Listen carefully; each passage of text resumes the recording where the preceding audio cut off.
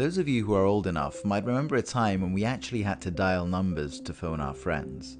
And back in those days, during the Renaissance, we used to know everyone's number by heart. But not anymore, because now, just a few years later, the use of digitalized contact lists on our phones means we hardly even see people's numbers anymore. We just see their names. So I, for instance, don't know the number of any of my friends, no matter how close they are. Digital phone books have made it quicker and easier to phone people, but in exchange, we've given up some of our ability to commit numbers to memory. Have you noticed that? It's harder to memorize numbers than it used to be. And you could make a similar argument with Google or Wikipedia, because being able to find any piece of information, from history to science, so quickly and so effortlessly diminishes the incentive to store that information as knowledge. So we access things, but we don't necessarily learn them like we used to. We don't map them into our brains anymore. So what would happen if we removed digital technology and the internet? How would our untrained or maybe even diminished cognitive capacities cope with the loss of the technologies we used to lean on like a crutch? Now this is the problem of competitive cognitive artifacts. One of the distinctive traits of our species is that we can manipulate our environment through artifacts, like a shovel or a wood axe. But we also have a thing called cognitive artifacts.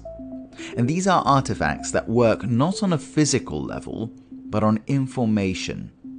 Examples of cognitive artifacts are like pen and paper, or a compass, a map, and all of digital technology. So we don't use any of these things to physically dig a trench or carry water or fell a tree. Instead, we use them to create virtual information interfaces in our minds through which we understand the world. So what do I mean by virtual information interface? If I take a pen and write this sentence on a piece of paper, Superman's powers derive from the solar energy stored within his unique Kryptonian cellular structure. What's physically happened there is that I've placed molecules of ink on paper. And on a macro level, those molecules of ink have a certain size and a certain shape.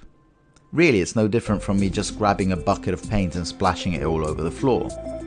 But what's special about these ink squiggles is that they can create in your mind an idea, an image, that virtual interface, of the information I'm trying to communicate. And through that virtual interface, you understand something about Superman's powers. But that something isn't inherently contained in the molecules of ink. Just like Paris isn't inherently contained in a map. It's just a symbol from which we extract the information into the virtual interface of our mind. That's pretty neat, right? All this information is just packed into a few ink molecules until our minds unpack it like a zip file. So cognitive artifacts are pretty cool, but maybe not all of them are. David Krakauer, who's the head of the Santa Fe Institute, has an important distinction between complementary cognitive artifacts and competitive cognitive artifacts. According to Krakauer, a complementary cognitive artifact is one that amplifies our ability to perform tasks by improving our virtual interfaces. So take, for instance, an abacus. An abacus helps you to do maths by sliding beads along a wire, and expert users can do incredible calculations at really high speeds on an abacus.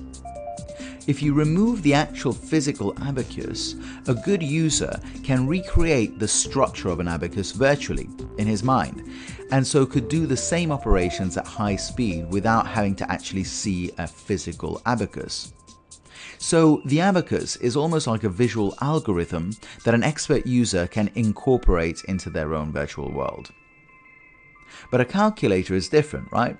Because a calculator amplifies your mathematical ability, but because the algorithms of the calculator are hidden beneath the surface, you have no access to them, you wouldn't be able to repeat those calculations without the calculator. This is a competitive cognitive artifact because it amplifies your ability to perform a cognitive task, but only when you have the use of the artifact. Take the artifact away, in this case the calculator, and you lose the ability to perform that task. You might even be worse off than you were before because maybe you've adapted to using that artifact and you've taken it for granted. You've built a part of your life around it. So really, we have to ask ourselves, these competitive cognitive artifacts, if our skills are only increased while we're using them, are they really amplifying our abilities?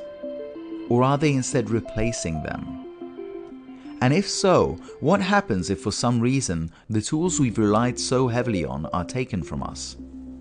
Our current trend is to create more and more of these types of artifacts. Think of how algorithms now decide what books are recommended to you on Amazon or what to watch on Netflix or YouTube. Machine learning is removing your need or even your ability to choose for yourself.